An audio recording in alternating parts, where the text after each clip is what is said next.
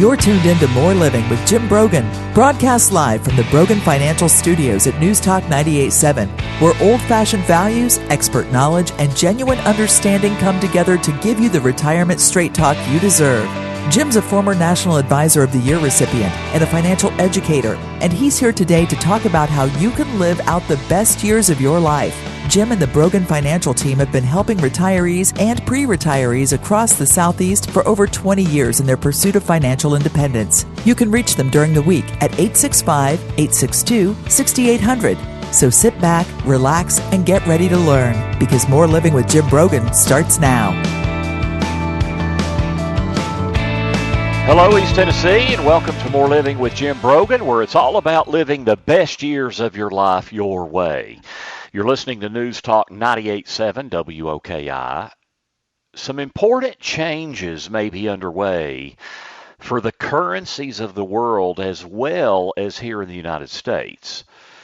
The BRICS nations, which are Brazil, Russia, India, China, and South Africa, are going to discuss how to strengthen their economies through a shared currency similar to the euro used in the European Union member countries. In addition to that, the Federal Reserve has expressed interest in testing a digital dollar backed by the central bank, something called a central bank digital currency. Of course, it's important for us to share these developments with you so that you can be a well-informed steward of your finances. I also would temper you not to jump to any quick conclusions, because all of this is really early phases. It's important to remember that the news is out of your control and out of my control. What is in our control are the strategies that we use and building a financial plan for your family. And at the end of the day, while a changing financial landscape is important to understand, ultimately it should serve to improve a solid financial plan for you and your family, not upend it with emotional decision making. So today we're going to talk about these key nations discussing their own currency. We're going to talk about, what does the U.S. dollar going digital mean? We'll also talk about effects of divorce on your Social Security benefits and your life in general. And so hopefully we'll answer some common questions that you may have and talk about some potential solutions. So let's just kind of dive in here. You know, it's important to focus on what's in front of you and what's in your control. But we do need to be aware of what's going on around us, and there are key developments in the economy that could influence things in the future. So Brazil, Russia, India, China, and South Africa, those are the BRICS nations, B-R-I-C-S. They convene this summer to discuss launching their own currency. So they're considering establishing deep economic connections through sharing their currencies with each other or developing an entirely new one. They're reportedly working on creating a new form of currency with a plan to present its development at the BRICS Leader Summit that comes up in August, just a few months away. It is important to know that several other countries have expressed interest in joining this economic bloc, including Argentina, Iran, Indonesia, Turkey, Saudi Arabia, and Egypt. And the Saudi Arabia part, I think, is particularly important to monitor because of oil. You know, the dollar is still the world's reserve currency, and while a few outlying nations are trading oil with things other than dollars, it is mainly the dollar. But it jumps off a page to me that Saudi Arabia has expressed interest in joining this economic bloc. Russian President Vladimir Putin and Chinese President Xi Jinping agreed to adopt the Chinese yuan as a settlement currency with emerging economies. The Chinese government agreed with Brazil to facilitate trades using their national currencies, and there was also talk of the possibility of a unified currency for those member nations, kind of like that of the euro. Now, would it be backed by anything? There's potentially it could by gold or other commodities such as rare earth elements or even land. And at an India-Russia business forum, it was emphasized that India and Russia should institute a new economic association with a new shared currency. And a theme to me is I think China will play a crucial role in developing a common currency. So what does all this really mean, and what do we need to be aware of? Well, first, let's not, jump to any quick conclusions. But there's no question there seems to be afoot a move all over the world to try to move away from the dollar being the world's reserve currency. And I think that has tremendous impact on us here in the United States. What would happen to the value of the dollar if there become other reserve currencies that are considered legitimate throughout the world? Now, you also have to remember, probably won't be an immediate impact. Those are not the most stable of countries, right? So them saying they want to develop a unified currency or sharing their own currencies, that may sound like a lot on the surface. Seems to me a lot would have to happen for that to become a legitimate currency for the rest of the world's developed countries.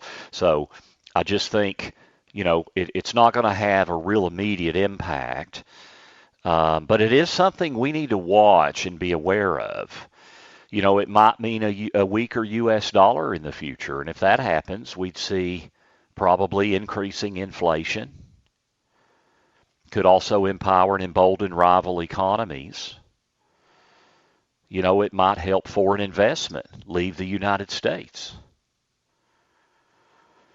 So I think the most important thing here is to not take too drastic of an action. We need to be aware of what's going on around the world. And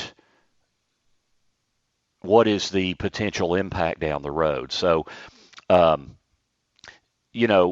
one of the things that I do come back to is the fact that China and the United States, it seems to me, I'm certainly no geopolitical expert, but it seems to me that our economies are already so intertwined. There's certainly a level of codependence between the United States and China.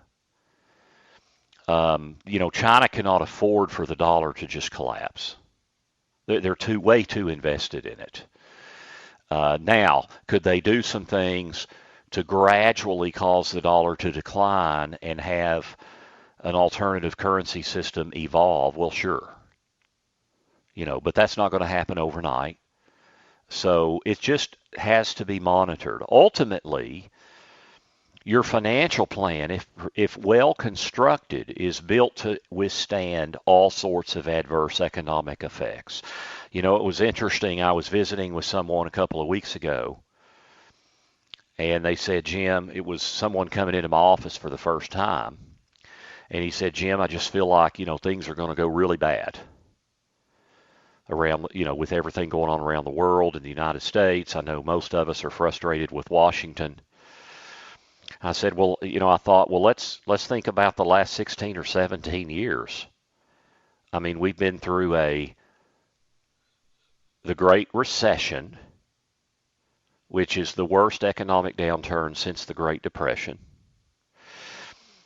We've been through a global pandemic and a situation where the entire world shut down their economies and it can't just be rebooted. We've dealt with the worst inflation we've seen in 40 years. We've been through an awful lot in the last 16 or 17 years. And markets have continued to be resilient. And financial planning has continued to produce results. So I say all that because, you know what? Markets are always volatile and unpredictable. They get more volatile at some times. But the two things I feel very, very confident about is that markets are unpredictable and that they are volatile potentially.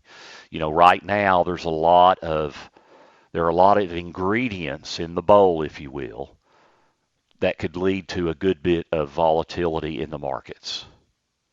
We're still working on the inflation issue. The Federal Reserve policy is still a little bit unpredictable.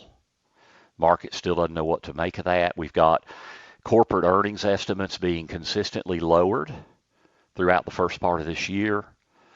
We have the debt ceiling issue that I don't have much confidence in Congress getting that done before the deadline, and that could lead to a lot of volatility. And then you've got all this talk around the world of how our whole monetary system works. So there's just a lot going on, and there always will be a lot going on. And a good financial plan can reduce or all but eliminate the effect of short-term volatility in the market. However, we need to have a way to beat inflation long-term. And it might sound good to have a CD paying 4.5%, but that's still not going to beat inflation. And a 3 or 4 year CD is paying less than a 1 year CD or even a 9-month CD. And the reason for that is there's an expectation that interest rates will start coming down in the relatively near future, like in the next 6 to 12 months. So there's just a dynamic where we have to be aware of volatility in the market, and we need a financial plan that can eliminate or all but eliminate the impact of that in the short term, which means depending on income from other types of holdings, not having to sell at-risk investments when they are volatile, and then measuring the risk in your portfolio and not having too much risk. Because if we lose too much, it just takes way too much time to recover. Now, when we come back, I'm going to talk about this idea of the digital dollar. The President's administration mentioned last year they were going to look into it, and the Federal Reserve is looking into it. How would a digital dollar, or how could it affect the country and your financial plans? Stay with us. This is More Living with Jim Brogan on News Talk 98.7 WOKI.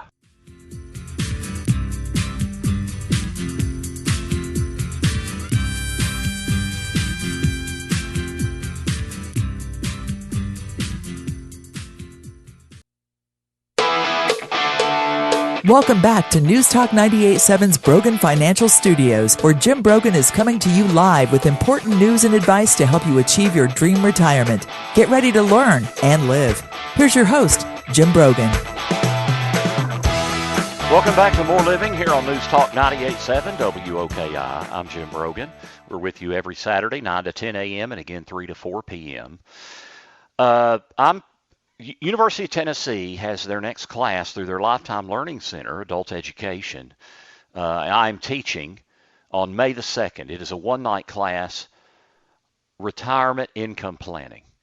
So in 1 2-hour session on May the 2nd, Tuesday evening at 6:30, I'm going to talk about the major things you need to be aware of to create income in retirement. Steady, dependable income that will last at least as long as you last. How do you deal with inflation? How do you deal with short-term market risk? What about income taxes, Social Security election? All of those things. Again, that is May the 2nd, Retirement Income Planning at the University of Tennessee Downtown Conference Center. It's 6:30 to 8:30. You can find out more by going to incomeplanforretirement.com. Again, that's incomeplanforretirement.com. For my entire class schedule, both at the University of Tennessee and Pellissippi State, you can find all that on my website at broganfinancial.com. Just click on classes. This will be my last class before the fall, before we get into late August. So just one night to really hit the nitty-gritty stuff about income planning. At incomeplanforretirement.com, you can download a syllabus and click to register. Just before the start of 2023, the Federal Reserve announced that it was open to experimenting with the development and implementation of a digital U.S. dollar. Now, before we jump to any conclusions, I think it's important to first understand exactly what the Fed is considering doing with the potential for a digital dollar and how it may or may not affect your financial strategies or your habits. So, what exactly is a digital dollar? Well, first off, it is not another cryptocurrency. You know, a cryptocurrency is unregulated. You have technology people that mine to develop those cryptocurrencies. This would just be really just another currency that would be backed by the U.S. Federal Reserve. It would be regulated by the Fed, so it would function similarly to the U.S. dollar, as opposed to other cryptocurrencies in the news that boom and bust as speculative investments. People are calling the concept of a centrally backed digital currency a central bank digital currency, CBDC. And a United States digital currency would serve as a complement to existing central bank reserve account balances. And as a bonus, it would provide a medium for executing instant and seamless cross-border transactions. Now, if we go back and think about this, so again, it is not a cryptocurrency. You know, forms of money throughout history are always evolving. They have since the days when people accepted seashells for payment. And a gold standard existed prior to what we have now. You know, we have a fiat currency. There is nothing that backs the paper other than the government, the Federal Reserve. There's nothing that backs the paper we carry in our wallet, ever since we went away from the gold standard. So digital currencies really could be seen as another money metamorphosis in a long history of money that changes its form over time. If you think about where we are now, we're kind of already living in a world of mostly digital transactions. Most of us don't use cash for things. Heck, most of us don't even hardly write checks for things. I know my family, we write a few checks, but most don't do that, especially younger folks. They don't. I try to. We've had to really stress to our two girls that are 22 and 17 years old to carry cash in an emergency, because so many young people today, they just don't even carry any cash. So we're kind of already living in a world where transactions are pretty much, you know, overwhelmingly digital. So to me, when I first hear about this, the idea of going to a digital currency doesn't seem like it you know, completely changes the game, except there are a couple of concerns, don't get me wrong. But in terms of how our money system works, you know, it's based on our confidence in the system and that the Federal Reserve will regulate and back it. So, you know, in 2022, the White House released a framework outlining the regulation of digital assets and explore the digital dollar. And even the Federal Reserve acknowledges the technological innovation of digital assets as a form of money. And despite understanding the potential, the Fed warns that there are risks that might leave customers valuable to theft and fraud. So the Fed must be satisfied that it is safe to have a digital dollar. It's accessible to the public, it's without credit and liquidity risks, and that it's privacy protected, intermediated, transferable, and identity verified. Now that's a mouthful, but that's a lot of stuff. So I don't think that's something that just happens overnight. But again, most of what we do with money anymore is done in the digital realm anyway. The concern that I have is with government regulation. Now, Governor DeSantis in Florida has brought this up, and I think it's been a little bit of too much gloom and doom. about the government's ability to control transactions. We are already moving towards a world where smaller and smaller transactions have to be reported to IRS and it can be monitored. Certainly, a digital dollar it exacerbates that risk. Now, those things don't just happen overnight. However, over time, I have found that once you open Pandora's box, things evolve and grow. When we saw our income tax, the basis for the income taxes that we pay today was implemented in 1914. And most people in that first year, most Americans didn't pay any income tax. They were exempted because they didn't make enough money. And the starting tax rate was 1%. The highest tax rate was 7%. Even for people the Vanderbilts and the Rockefellers. But we opened up Pandora's box. And once you open up, what is it? I think Roy Rogers said nothing's more permanent than a temporary government program. So there is certainly already the ability for the government to try to mandate and regulate electronic transactions, and we're already seeing some of that. And a digital dollar, I think, would compound that risk. However, those things do have to be, as a rule, passed by Congress. And we have checks and balances. So, if, for example, if a president tries to do executive order that overreaches, that usually goes to the court system, to the judicial branch to mediate that. Congress passes laws, not the other two branches.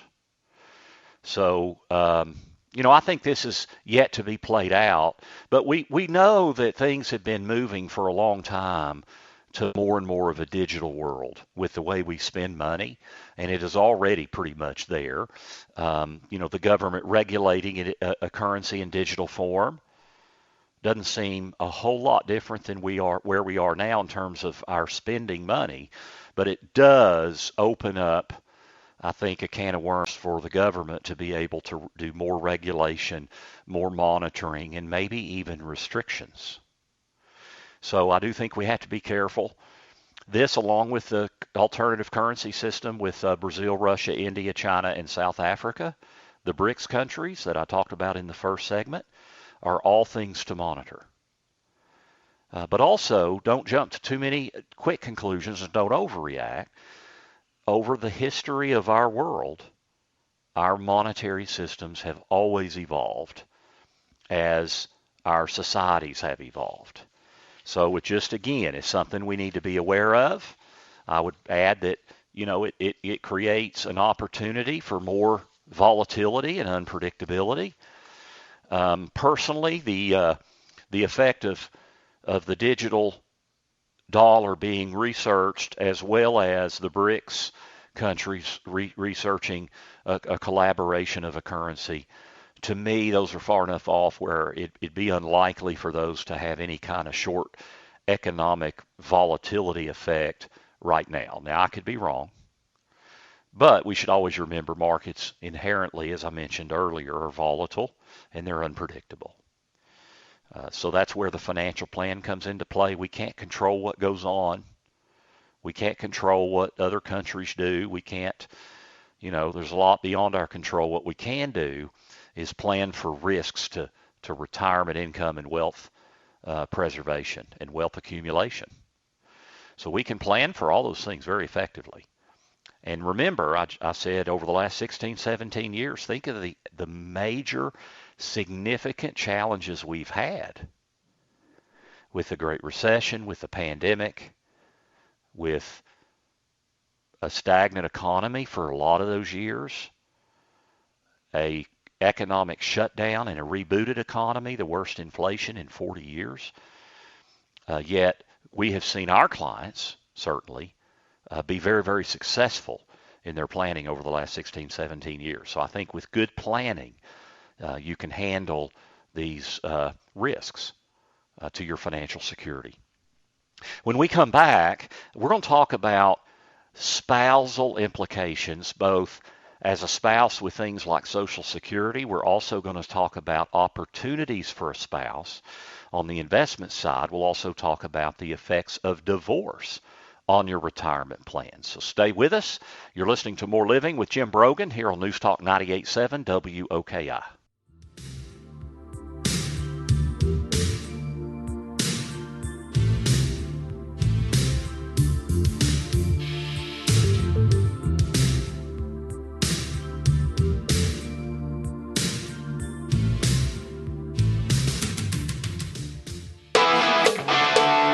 Welcome back to News Talk 98.7's Brogan Financial Studios, where Jim Brogan is coming to you live with important news and advice to help you achieve your dream retirement. Get ready to learn and live.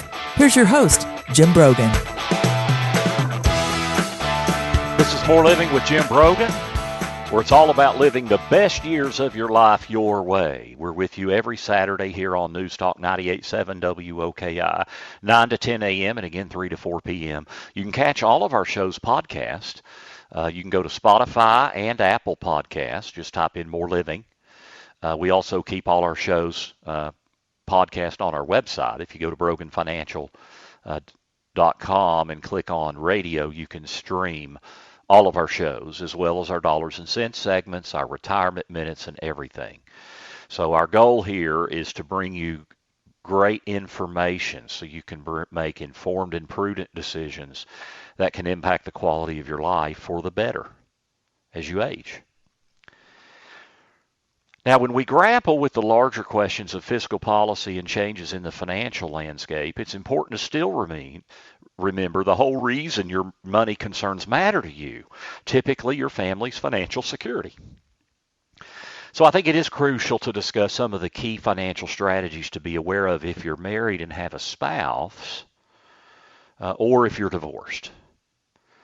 So the first thing that, of course, comes to mind is Social Security benefits and understanding how they work. When you're married, the lower earning spouse gets the greater of, you get the greater of your own benefit that you're entitled to, or you get one half of your spouse's benefit.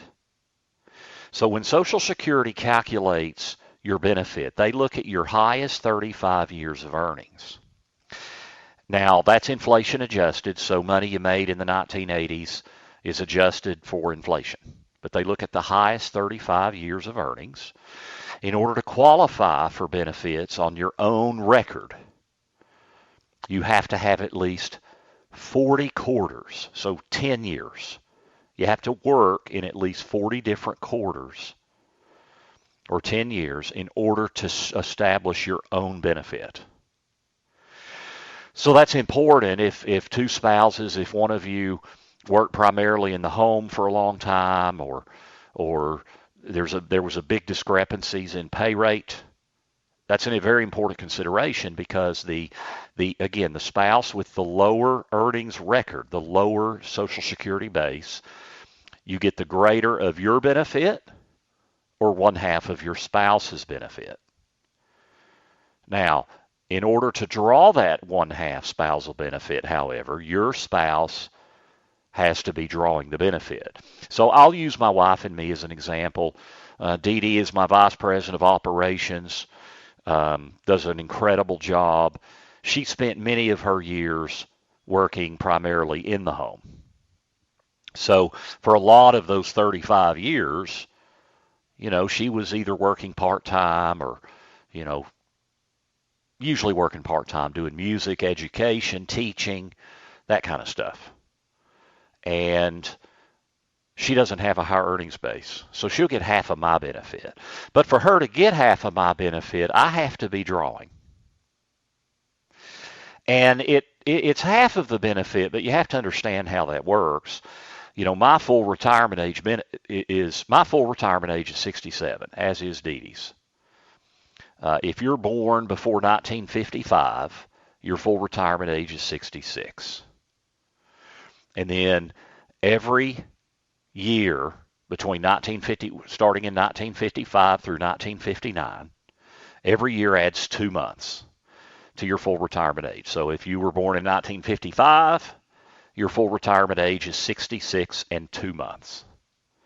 If it's 1956, full retirement age is 66 and 4 months. That's how that works. And then if you're born in 1960 or later, your full retirement age is 67. Now, why is that important? It's because that's the age at which you're allowed, you can draw your entire benefit that you're entitled to based on your earnings record. Your full retirement age is when you get that full benefit.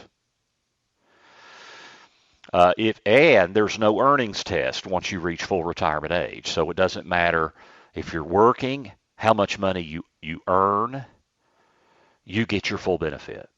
See, if you draw prior to your full retirement age, there is an earned income test.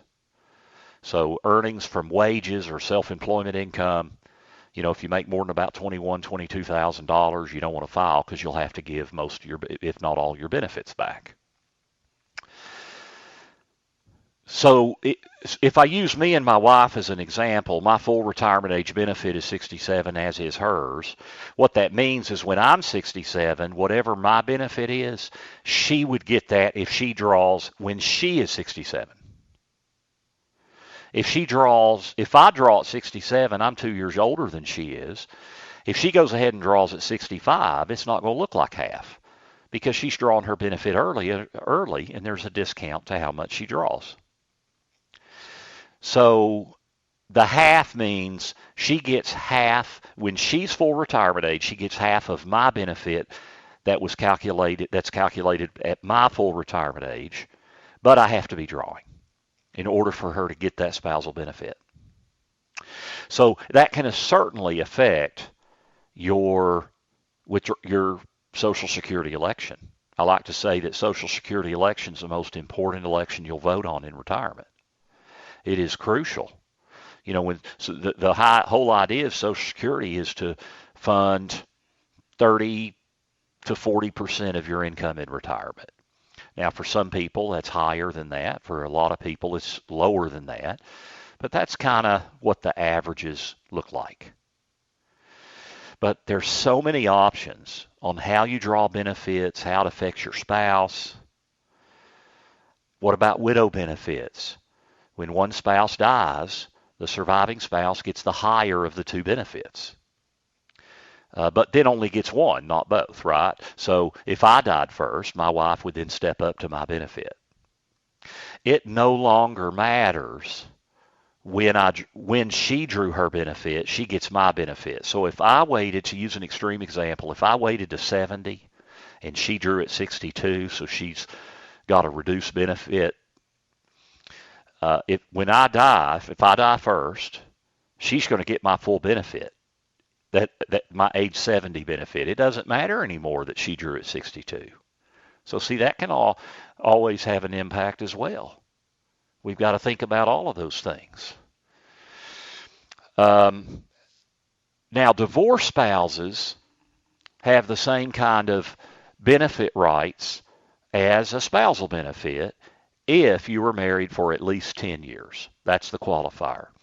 If you were married for 10 years and then you're divorced, you're eligible for all those spousal benefits and widower benefits that I just discussed. But Social Security is not going to connect those dots for you. You're going to have to do it for them. And you're going to have to provide a marriage certificate, a divorce agreement. You're going to have to prove that you were married for 10 years. But it's really important to understand that. And what I have found is a lot of ex-spouses will understand they can be eligible for the spousal benefit, but years later, if your ex-spouse passes away before you do, if your ex-spouse had a higher benefit, you can step up to that higher benefit, but again, you have to notify Social Security and make them aware. And that gets often overlooked. So these things are critically important to understand. And to draw if you're an ex-spouse, to draw that spousal benefit, your spouse does not have to be drawing. And that was implemented years ago because spouses in some cases were delaying drawing their own benefit so their ex-husband or ex-wife couldn't draw the spousal benefit. So that changed a pretty long time ago. So, you know, the reality is your Social Security election, especially for a married couple, it's complicated even for just a single person, but as a married couple, it really gets complicated. And what works for you, what worked for your neighbor or your coworker or your brother or sister may be the worst thing you could do. So we've just got to be very, very calculated. Now, Social Security election is one of the fundamental things that I cover in UT's income planning class that's coming up on May the 2nd. It's May the 2nd, Tuesday evening at 6:30 at the Downtown Conference Center through their Lifetime Learning non-credit. The course fee, I think it's $39. It is a one-night class for 2 hours about retirement income planning, and Social Security will be a fundamental part of that. You can find out more information at incomeplanforretirement.com. You can download a syllabus and you can click to register. You can also call the University of Tennessee directly at 974-0150, 974-0150. When we come back, we'll talk about other implications and considerations when you're going through divorce that you need to be aware of. So stay with us. This is More Living with Jim Brogan here on News Talk 98.7 WOKI.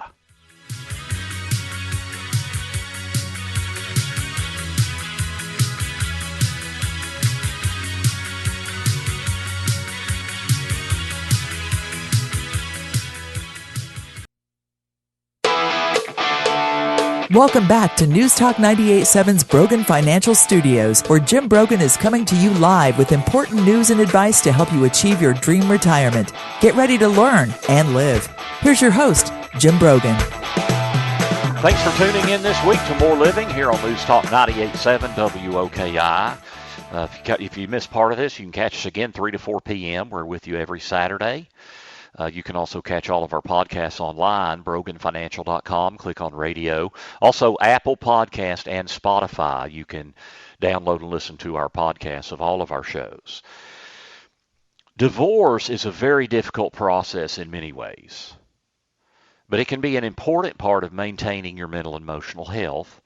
And although it's a difficult subject, it's still important to remember the financial implications of divorce and understand your best options to protect and plan for your future financial stability as an individual. Studies show that divorce negatively impacts both spouses, the ex-husband and the ex-wife. One study found that women who divorce after age 50 see their standard of living drop on average 45%. Men see their standard of living drop 21%. Both big numbers.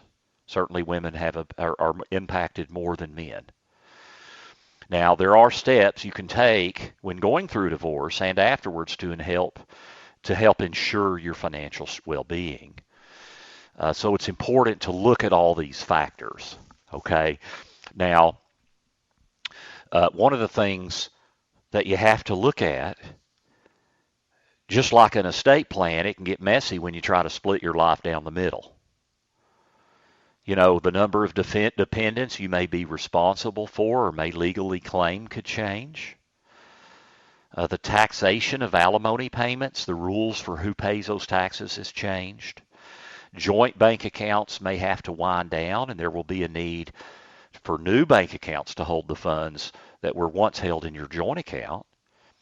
Other shared assets or real estate, such as a primary residence, will need to be sorted out. And this is where, you know, whose name is on what can sometimes matter.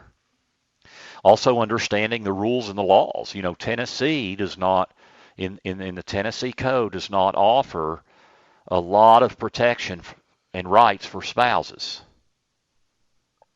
And that's where the attorneys that come into play sort that stuff out.